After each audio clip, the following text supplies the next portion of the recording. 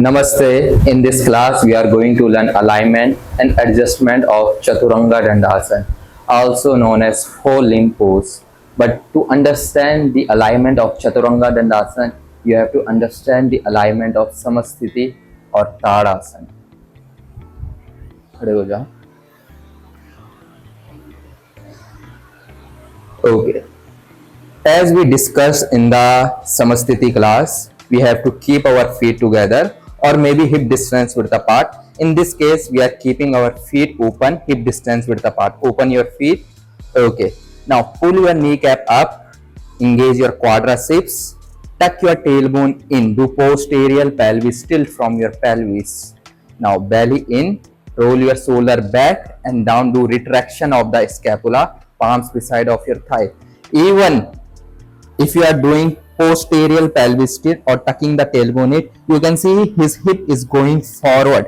He need to push his femur bone back with his thigh to maintain a straight line from heel to knee, knee to hip, hip to shoulder joint.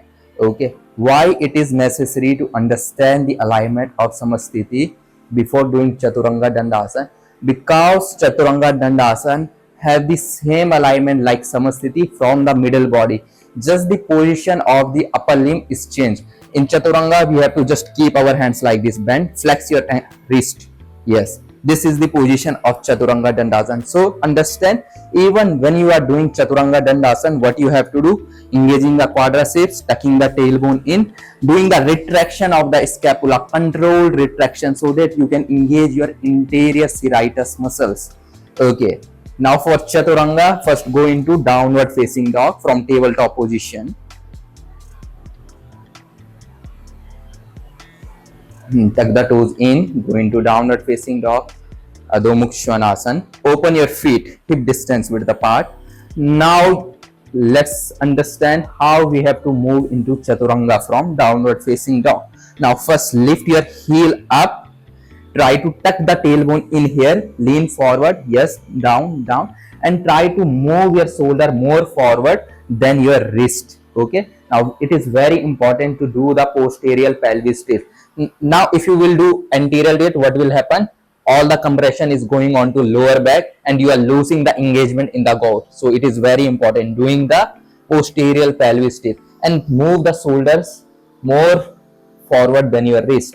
Now you have to bend your elbow slowly here and try to go down, try to go down, try to go down, do controlled retraction and at the same time do depression of the scapula. You can see his hip is little up, hips little down. So you need to maintain parallel body with the mat. This is the alignment of Chaturanga Dandasana. Okay, come back. Now rest your knee down, sit in Vajrasana. Okay. Now when you are going to teach this posture for beginners who doesn't have strength in their arms and core, they find challenge to do this posture. For them, you can use two adjustment, one adjustment with the strap and second adjustment with the bloster. Okay, so you need to take a strap and you have to create a loop from the strap.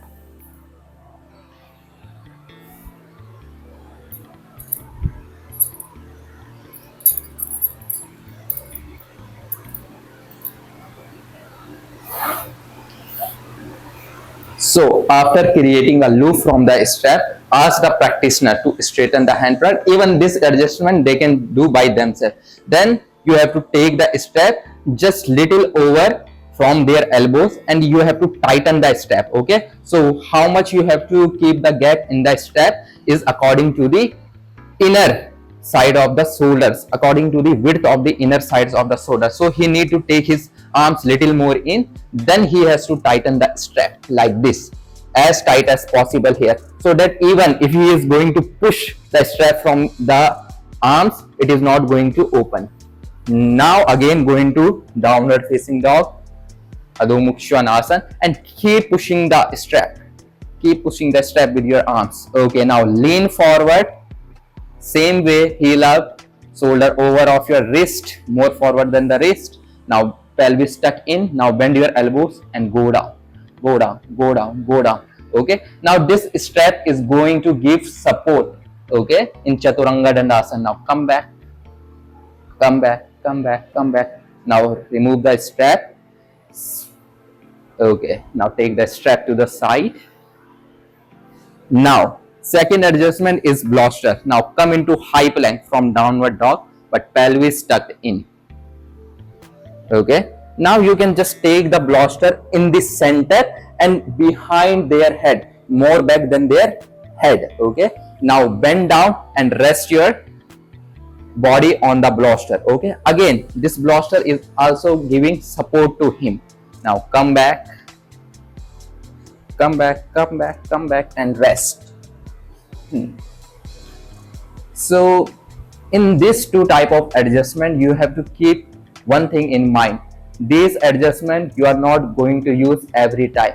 This adjustment you have to use as a progression in Chaturanga Dandasana, and ask them to actively use their strength. Do not completely rely on the help of bloster or the strap while doing Chaturanga Dandasana, because if they will completely rely on the adjustment with strap and bloster, they are not going to increase their strength. So it is very important, use this adjustment as a progression in your yoga practice. This is the alignment and adjustment of Chaturanga Dandasana.